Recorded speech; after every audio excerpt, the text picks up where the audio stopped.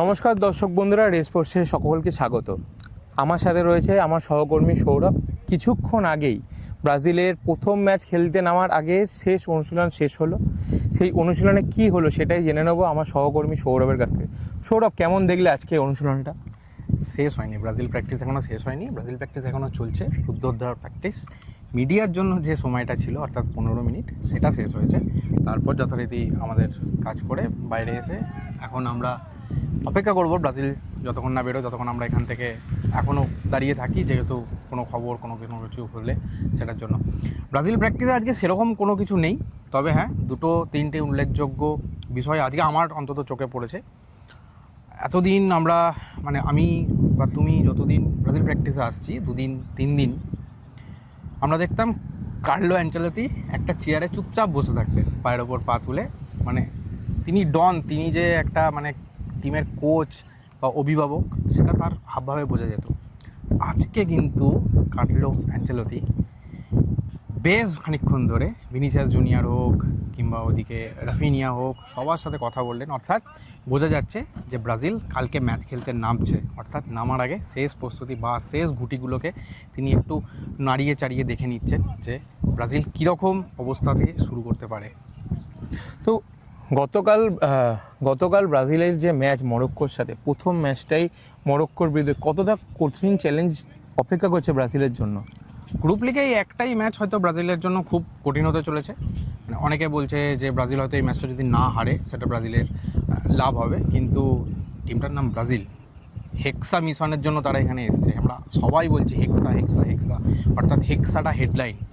সেই হেক্সা জিততে গেলে তোমাকে সমস্ত হার্ডেল পেরোতে হবে, সেটা কার্লো ভালো রকমভাবেই জানেন। কিন্তু নেইমারকে ছাড়া তিনি যে অভিযানটা শুরু করছেন কালকে, সেটা আমরা মাঠে গেলে বুঝতে পারবো তার টিম কীরকম ফুটবল খেলছে। কিন্তু মরক্কো প্রচণ্ড টাফ ম্যাচ হবে।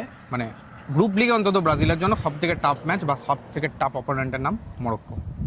আর ডন, তুমি যাকে বলছো ডন, ব্রাজিলের কোচকে, তো ব্রাজিলের কোচকে নিয়ে কী বলতে চাইছো? দেখো,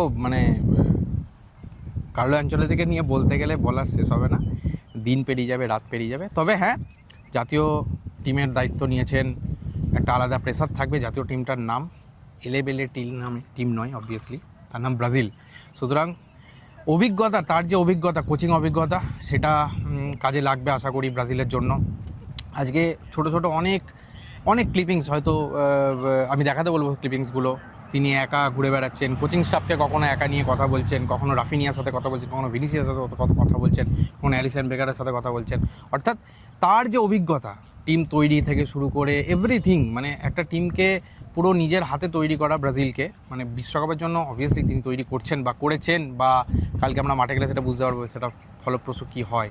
কিন্তু কার্লো অ্যানচেলোতি যে কতটা অভিজ্ঞ কোচ, সেটার বলার কোনো দরকার পড়বে বলে মনে হয় না। কিন্তু তারপরেও প্রথমবার জাতীয় টিমের দায়িত্ব নিয়েছেন, তো সুতরাং অভিজ্ঞতাময় ব্রাজিলিয়ান স্কোয়াড তার হাতে থাকবে।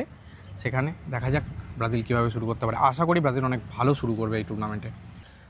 আজকেও অনুশীলনে নেইমার নেই, আর কি মনে হচ্ছে যে নেইমারের জায়গাটা কাকে দিয়ে আনচেলোতি পূরণ করতে চাইছে?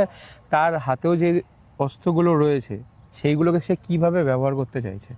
নেইমার নিয়ে আলোচনা হবে। নেইমার নেই বা নেইমার ছাড়া ব্রাজিল কেমন খেলে, এটাই তো কালকে দেখার। কিন্তু নেইমার নেই এই শব্দটা হয়তো আমরা যতটা ভাবছি ততটা হয়তো কার্লো ভাবছেন না। কারণ দারুণ অভিজ্ঞতাময় স্কোয়াড। আপনার হাতে যদি ভিনিসিয়াস, রাফিনিয়া, মিডফিল্ডে ক্যাসিমেরো, ডিফেন্সে মার্কিনাস বা গ্যাব্রিয়েল, গোলে অ্যালিসন বেকার, এত অভিজ্ঞতা সম্পন্ন প্লেয়াররা থাকে, আমার মনে হয় না, হ্যাঁ শুনতে লাগে, নামেন লাগে। অবভিয়াসলি নেইমার, প্লেয়ারটার নাম নেইমার, প্লেয়ারটা কোনো ছোটোখাটো প্লেয়ার নয়, তিনি মিস করবেন। কিন্তু আমি আশা করি ব্রাজিলকে তিনি গুছিয়ে নিচ্ছেন।